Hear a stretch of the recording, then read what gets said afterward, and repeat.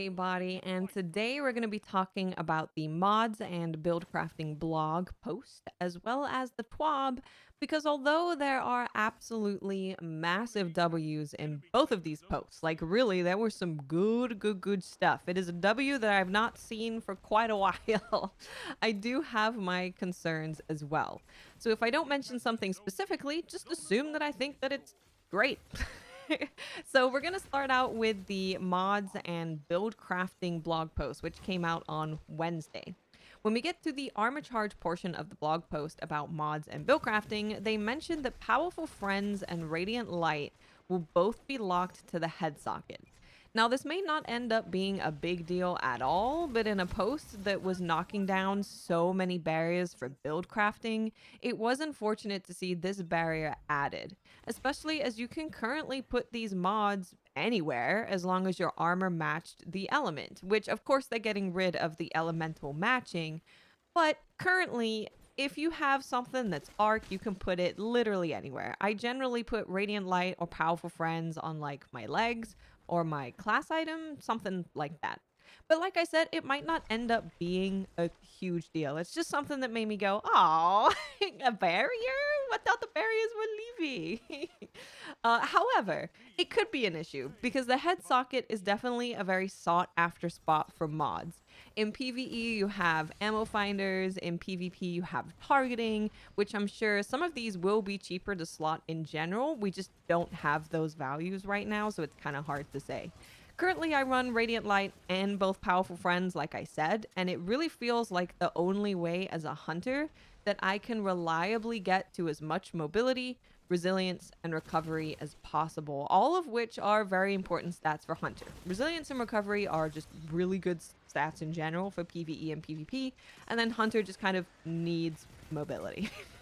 So having to slot Radiant Light, Powerful Friends, weapon targeting mods, and a general stat boost mod is quite a lot, and I'm sure we won't have enough energy to make all of that possible. That's before even seeing any more potential new head socket mods that will be added in Lightfall and beyond. Also, later on in the blog post, they mentioned that any mod that gives a bonus to stats will be reduced, so Powerful Friends will definitely be giving less mobility, if not having its stat boost portion of the mod completely removed. This is why we spent like 45 minutes on stream talking about Powerful Friends, because I have questions. I guess I could just go back to being a Dragon Shadow main again, like I was for like 19 years, because then you don't need 100 mobility.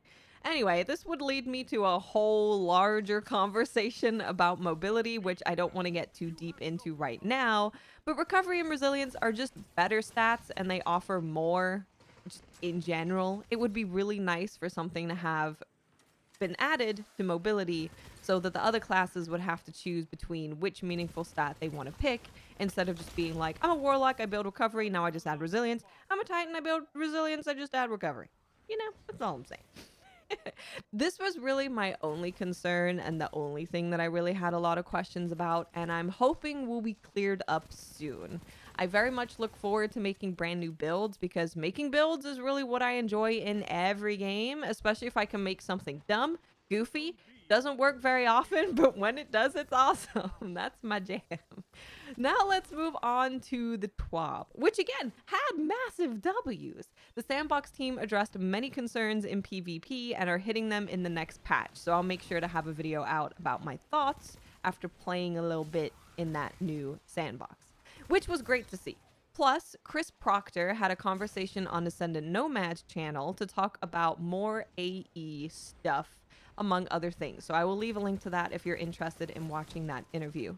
I really appreciate Chris being so open to having these discussions on channels and podcasts across the community. So thank you, Chris. I really appreciate it. And I'm looking forward to trying out these changes next week and seeing how the Crucible feels now that aggressive movement isn't being so heavily punished.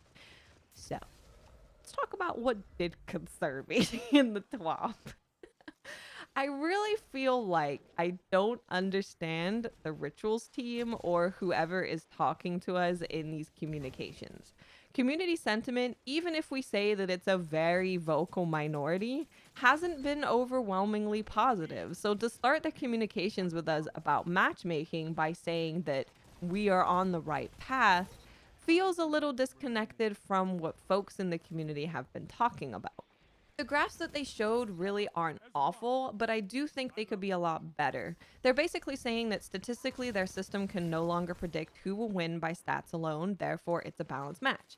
That is a fine goal to have, and showing that goal, talking about that goal, is fine. Starting that conversation out by alienating people who are having a very bad time felt like a bit of a strange starting point. It just felt a bit strange. Now let's talk about the graph specifically because I do have some questions about what exactly is being shown to us. This graph shows us Bungie's ability to predict the outcome of a match based purely on player stats before SBMM and after SBMM. But how long after SBMM was implemented does this graph go to? Because Bungie at one point said that they were loosening skill based matchmaking to improve matchmaking times and connections. But I don't see a noticeable change to the prediction accuracy after the initial drop when SBMM was first implemented on the graph. Does this graph not show that? If not, then why? Why not show all the data based on the SBMM changes that we as a community have been told about? And if it does show that time when they changed SBMM, why does nothing really change on the graph? Is looser than loose SBMM doing the same job as the stricter SBMM?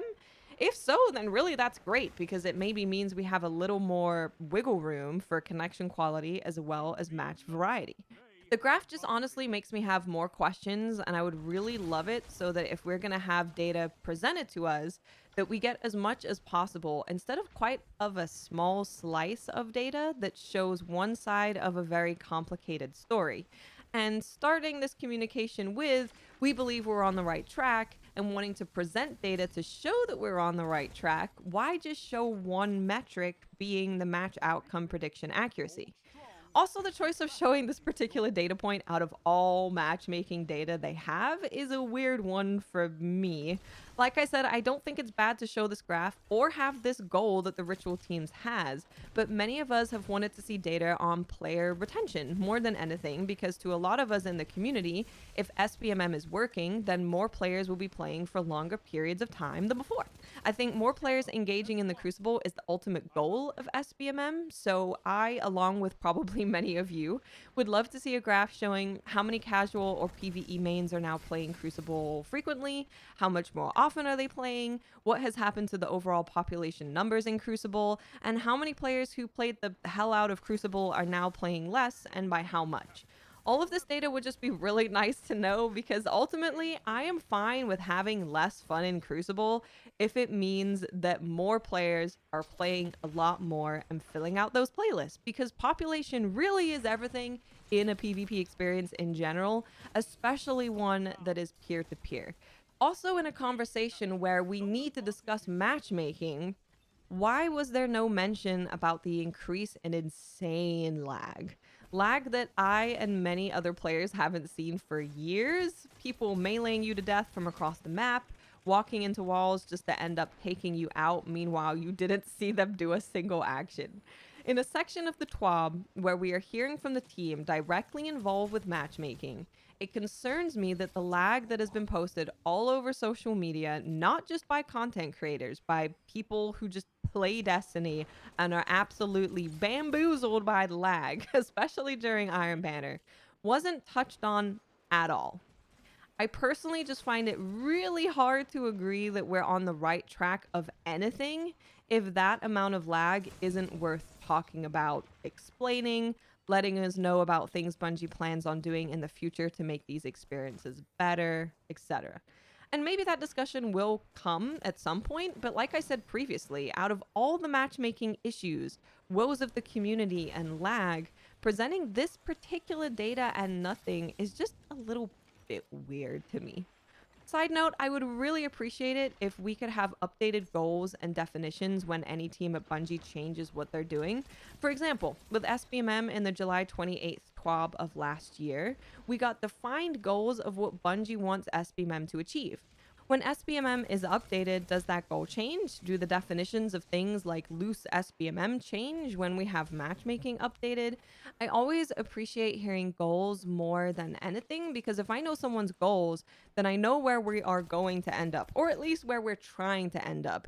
regardless of the changes that happen, because ultimately no developer is perfect. They're all humans, and this is a creative field, so you're kind of just like taking your best guess of how to achieve certain things. And changes they make may not work towards their initial goals. Or in the case of what the Sandbox team said to us during this week's TWAB, sometimes you reach your intended goal, but it ends up not working out in regards to the fun factor, and it ends up ultimately not being worth it. So generally, if you have an initial goal, and we're using SBMM as the example here, you tell me about that goal, you tell me what you want to achieve, and then you make changes to matchmaking because things aren't going as you expected them to go. I would just really like to know if your goals changed. Maybe they haven't. Maybe the goals have stayed exactly the same. Maybe their definition of loose SBMM is exactly the same. But I really do, and I think a lot of people really appreciate goals. Because you can put something in the game where I'm like, don't know about that. But if I know what your goal is, I have a better idea of what the hell is going on. So TLDR, this whole section of the TWAB made me go, huh? And end up with more questions than anything. What did you personally think about the matchmaking portion of the TWAB? I don't think it's all doom and gloom. I just think that the communication is a bit weird. It's just a bit weird. On to the final thing that I am unsure of, and that is the class ability nerf. Barricades absolutely needed something to happen, but thrusters and dodge, I just don't know if I really agree with. I won't go too deep into thrusters because I really don't play Titan.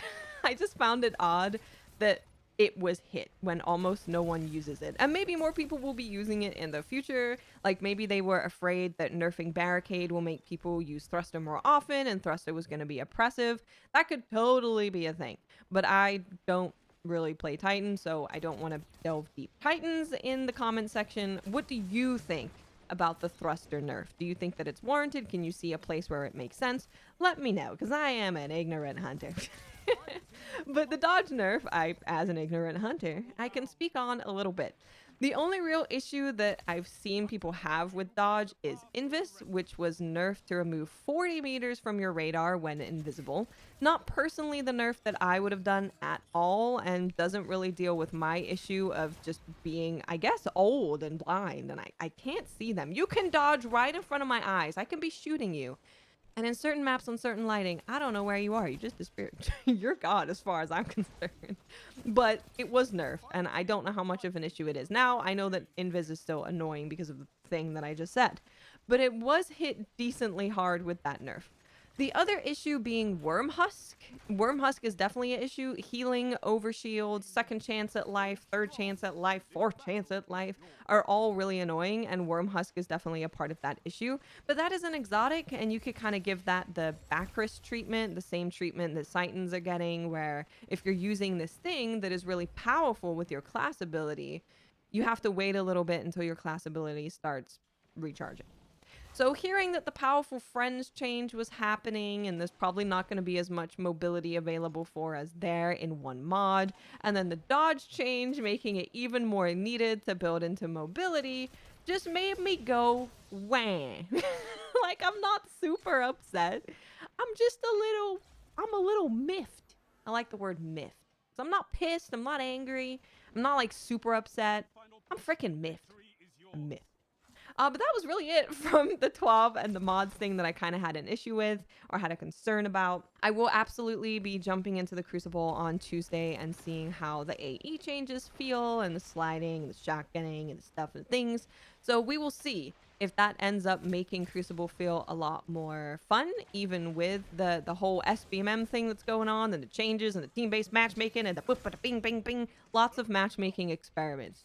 Hopefully there's gonna be some less lag sometime soon. But let me know in the comment section, what did you think about the mods and build crafting? What did you think about the TWAB, all parts of it? Ultimately, I'm really happy that we're getting some very, very, very good changes. It really feels like the Sandbox team is understanding very well what is going on in Crucible and what needs to change, so I definitely appreciate that. And yeah, I'm excited to make some builds. I like making builds. So thank you guys so much for watching, and I will see you later. Bye.